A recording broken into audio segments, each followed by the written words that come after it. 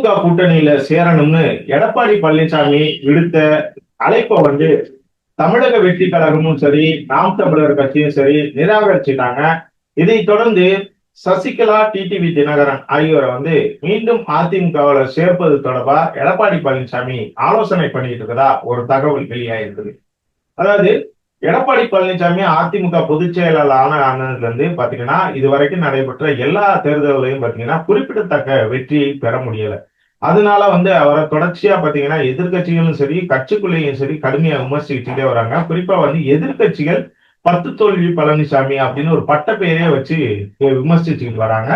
கட்சிக்குள்ளேயும் பாத்தீங்கன்னா எடப்பாடி பழனிசாமியோட நடவடிக்கை தான் தொடர் தோல்விக்கு காரணம். அவரு சில இதை மாத்திக்கிறணும், அவரோட செயல்பாடுகளை மாத்திக்கிறணும் அப்படின்னு சொல்லிட்டு தொடர்ச்சியா அதிமுக முக்கிய நிர்வாகிகள் சொல்லி பேசிக்கிட்டு இருக்கதா ஒரு தகவல் சொல்லப்படுது. இந்த நிலைமையில தான் வரக்கூடிய சட்டமன்ற தேர்தலுக்கு முன்னிட்டு தமிழக வெற்றி கழகம் மற்றும் நாம் தமிழர் கட்சியெல்லாம் அதிமுக கூட்டணிக்கு வரணும், நம்ம திமுகவை வீழ்த்தணும் அப்படின்னா நம்ம எல்லாரும் ஒரே அணியில இருந்தால்தான் நம்ம அதுல வெற்றி காண முடியும் அப்படின்னு எடப்பாடி பழனிசாமி சொன்னாரு. அதுக்கு காரணம் என்ன அப்படின்னா, அதுக்கு முன்பு வெளியான இந்த கருத்து கணிப்புகள்ல என்ன சொல்லப்பட்டுச்சு அப்படின்னா, அதிமுக பாஜகவும் சேர்ந்து போட்டிட்டாங்கன்னா திமுக கூட்டணியை வெற்றி பெற முடியாது. தமிழக வெற்றி கழகம் அதிமுக கூட சேர்ந்தாங்கன்னா அந்த கூட்டணியில பாஜக இருந்தாலும் சரி இல்லைனாலும் சரி கண்டிப்பா அவங்க மிகப்பெரிய வெற்றியை பெறுவாங்க.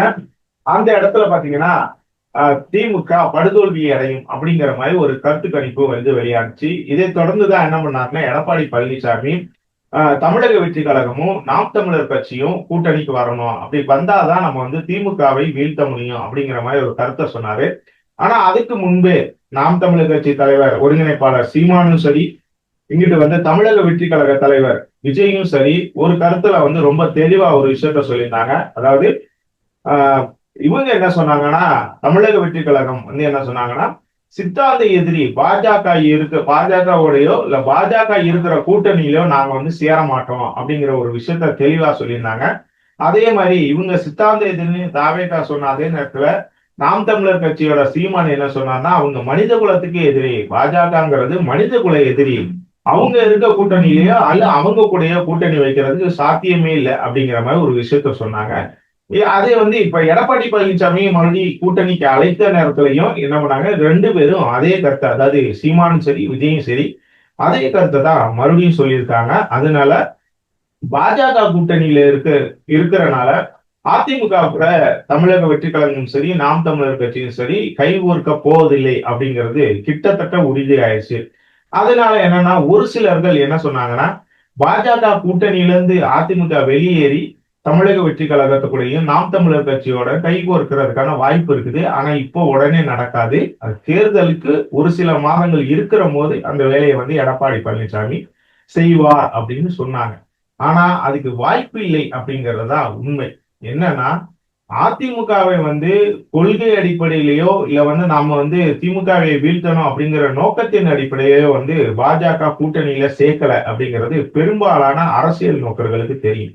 ஏன்னா ஜெயலலிதா மரணத்துக்கு பிறகு நடைபெற்ற 4 ஆண்டு ஆட்சி காலத்துல பல்வேறு முறைகேடுகள் ஊழல்கள் நடைபெற்றதா சொல்லப்படுது.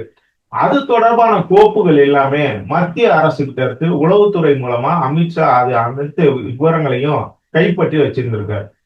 ஏற்கனவே அண்ணாமலையை காரணம் காட்டி அதிமுக அந்த கூட்டணியிலிருந்து பாஜக கூட்டணியிலிருந்து வெளியேறின பிறகு பாத்தீங்கன்னா மீண்டும் எங்க கூட்டணிக்கு வரணும், இல்ல அப்படின்னா நீங்க சிறைக்கு போவீங்க, அதாவது நீங்க உள்ள வரணும் இல்ல உள்ள போவீங்க அப்படிங்கிற மாதிரி அமித்ஷா எடப்பாடி பழனிசாமி மற்றும் அவருக்கு முக்கிய நிர்வாகிகளான எஸ்பி வேலுமணி, தங்கமணி உள்ளிட்டவங்களை ஒரு மிரட்டும் தொனியில பேசுனதா சொல்லப்படுது.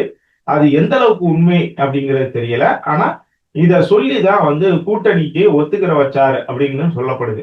அதனால சப்போஸ் அவங்க கூட்டணி இந்த மாதிரி ஒரு வேலை ஒத்துக்க வைக்கப்பட்டிருந்தால் என்ன பண்ணலாம் அப்படின்னா, இவங்க தேர்தலுக்கு முன்னாடி பாஜக கூட்டணியிலிருந்து வெளியேறி தமிழக வெற்றி கழகத்துக்குள்ளேயோ இல்ல நாம் தமிழர் கட்சியோடயோ இது வச்சு கூட்டணி வைத்து வெற்றி பெற்றாலும் அதிமுக அடுத்த 5 ஆண்டுகளுக்கு ஆட்சி பண்றதுக்கு ரொம்ப ரொம்ப கஷ்டமான ஒரு சுச்சுவேஷன். ஏன் அப்படின்னா, திமுக மாதிரி அதிமுக இல்ல அப்படிங்கிறது கிட்டத்தட்ட உண்மை. ஏன்னா கடந்த 4 ஆண்டுகள், அதாவது எடப்பாடி பழனிசாமி முதலமைச்சரா இருந்த 4 ஆண்டுகள்ல தமிழ்நாட்டுக்கு எதிரான நடவடிக்கைகள் பல விஷயங்களை வந்து பாஜக செய்ததாகவும், அதற்கு எல்லாத்துக்குமே வந்து அதிமுக ஒத்துக்கிட்டு தான் எல்லா விஷயங்களையும் கையெழுத்து போட்டாங்க அப்படின்னு தொடர்ச்சியான குற்றச்சாட்டுகள் அன்றுல இருந்து இன்னைக்கு வர தொடர்ந்துகிட்டே இருக்குது. இது என்னன்னா, தன் மீது இருக்கிற பிரச்சனைகள், அதாவது தன் மீது இருக்கிற வழக்குகள், இனிமே வரக்கூடிய வழக்குகளை வந்து சரி கட்டுறதுக்கு தான் எடப்பாடியும் சரி, அவருக்கு நெருங்கிய சகாக்களும் இந்த மாதிரி வேலைகளில் ஈடுபட்டாங்க அப்படின்னு சொல்லப்படுது. அப்ப அடுத்த ஒரு டேர்ம்ல வந்து அதிமுக தவேக கூட்டணி வச்சு வெற்றி பெற்றாங்க அப்படின்னா, பாஜக கழட்டி விட்டுட்டு அப்ப என்ன பண்ண முடியும், அந்த அந்த ஏற்கனவே இருக்கக்கூடிய முறைகேடுகள், ஊழல்கள், லஞ்ச லாவண்யம் பண்ணது எது தொடர்பான எல்லா டீட்டெயிலுமே அமித்ஷா கிட்ட இருக்குது அப்படின்னு சொல்லப்படுறதுனால, கண்டிப்பா அவங்க எடப்பாடி பழனிசாமியை அடுத்த 5 வருஷத்துக்கு உட்காரவே விட மாட்டாங்க. ஒண்ணு அதிமுக தலைமையை மாற்றிட்டு அந்த இடத்துல வந்து தாங்கள் விருப்பப்படக்கூடிய நபர்களை அமர வைக்கிறதுக்கான வாய்ப்புகள் அதிகம் இருக்குது.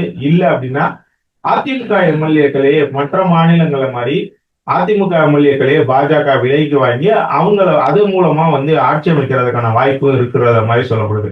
அதனால இது எல்லாமே வந்து எடப்பாடி பழனிசாமிக்கு நல்லாவே தெரியுங்கிறதுனால அவரு பாஜக கூட்டணியிலிருந்து வெளியேறுவதற்கான முடிவை வந்து எடுக்க மாட்டார் அப்படிங்கறதுதான் பெரும்பாலான அரசியல் நோக்கர்களோட கருத்தா இருக்குது. அதனால கண்டிப்பா பாஜக இருக்கிற கூட்டணியில இது தாவேகாவும் சரி, நாம் தமிழர் கட்சியும் சேர மாட்டோம் அப்படின்னு சொல்றது மூலமா இங்கிட்டு வந்து பாஜக கூட்டணியிலிருந்து அதிமுக வெளியேறுவதற்கு 100% வாய்ப்பு இல்லை அப்படின்னு சொல்ல போறதுனாலையும் கண்டிப்பா இந்த தேர்தல 4 முனை போட்டி தான் நிலவும் அப்படின்னு சொல்லப்படுது. ஆனாலும் அதிமுக பாஜக கூட்டணி வெற்றி பெறுவதற்கு இன்னும் வாக்கு சதவீதத்தை உயர்த்தணும் அப்படிங்கிற ஒரு முனைப்பு வந்து எடப்பாடி பழனிசாமி இருக்குது. குறிப்பா பாத்தீங்கன்னா தென் மாவட்டங்கள்ல 31 வாக்குகள் வந்து வெளியே போயிருச்சு அப்படின்னு சொல்லப்படுது. ஏன்னா ஓபிஎஸ், சசிகலா, டிடிவி தினகரன் உள்ளிட்டவர் வந்து கட்சியில இருந்து நீக்கினனால அதனால் ஏற்பட்ட அதிருப்தி காரணமா தென் மாவட்டங்கள்ல அதிமுக கணிசமா வைத்திருந்த அந்த 31 வாக்குகள் எல்லாமே பிரிஞ்சு திமுகவுக்கும் மற்ற கட்சிகளுக்கும் போனதா சொல்லப்படுது. அப்ப அந்த 31 வாக்குகளை மறுபடியும் நம்ம கொண்டு வரணும் அப்படின்னா டிடிவி தினகரனையும் சசிகலாவையும் பொறுப்பை கொண்டு வந்தோம்னாலே ஓரளவுக்கு கணிசமான வாக்குகளை பெற்று விடலாம் அப்படின்னு எடப்பாடி பழனிசாமியோட கணக்கா இருக்கிறதா சொல்லப்படுது. அதன் அடிப்படையில அவங்க 2 பேரையும் மீண்டும் கட்சியில இணைப்பது சம்பந்தமா முக்கிய நிர்வாகிகள், மூத்த நிர்வாகிகளோட எடப்பாடி பழனிசாமி ஆலோசனையில ஈடுபட்டு இருக்கிறதா தகவல் வெளியா இருக்குது. இன்னொரு பக்கம் பாத்தீங்கன்னா ஓபிஎஸ்ஐ வந்து அதிமுக சேர்ப்பீங்களா அப்படிங்கிற கேள்விக்கு பாத்தீங்கன்னா அவரு வந்து காலம் கடந்து விட்டது அப்படின்னு அதுக்கும் ஒரு காரணம் சொல்லப்படுது. என்னன்னா ஓபிஎஸ் வந்து அவர் தனி ஒரு அமைப்பை இது பண்ணிட்டு அவர் தனியா வந்து எல்லா நடவடிக்கையும் ஈடுபட்டு இருந்தாலும் அவரு பாஜக கூட எப்பவுமே ஒரு நெருங்கிய தொடர்புல இருந்துகிட்டே இருக்கிறார் அப்படின்னு. ஒருவேளை வந்து அவர் அதிமுகவுக்குள்ள மறுபடியும் சேர்த்தோம்னா அவர் பாஜகவுக்கு கையாள மாதிரி பாஜக சொல்லக்கூடிய எல்லா விஷயங்களும் நம்ம வந்து ஓரளவுக்கு தான் செய்யணும், ஆனா அவர் எல்லா விஷயத்தையும் செய்வாரோ அவங்க அப்படிங்கிற ஒரு பயத்துக்கு தான் ஓபிஎஸ் வந்து மீண்டும் கட்சியில சேர்க்க மாட்டேன் அப்படின்னு சொல்லிட்டு எடப்பாடி பழனிசாமி சொன்னதா ஒரு தகவல் சொல்லப்படுது. இதுக்கிடையில பாத்தீங்கன்னா முஸ்லிம்களோட முக்கிய முகங்களா இருக்கக்கூடிய அன்வர் ராஜா வெளியேறினதும் ஒரு பெரிய அதிர்ச்சி கொடுத்துக்கிறதுனால அதுக்கு மாற்றா என்ன செய்யலாம் அப்படின்னு தொடர்பாகவும் எடப்பாடி பழனிசாமி ஒரு தொடர்ச்சியான ஆலோசனைகளில் ஈடுபட்டிருக்கதா சொல்லப்படுது. இருந்தாலும் தற்போது தமிழ்நாடு முழுவதும் சுற்றுப்பயணம் மேற்கொண்டிருக்கிற பழனிசாமி அடுத்து என்ன நடவடிக்கையில் ஈடுபட போறாரு, எப்படி வந்து இந்த கூட்டணியை சரி கட்டி வெற்றி பாதைக்கு அழைத்து போவாரா இல்லையா அப்படிங்கிறத பொறுத்து இருந்துதான் பார்க்கணும். இந்த விவகாரத்துல நீங்க என்ன நினைக்கிறீங்க கமெண்ட்ல சொல்லுங்க.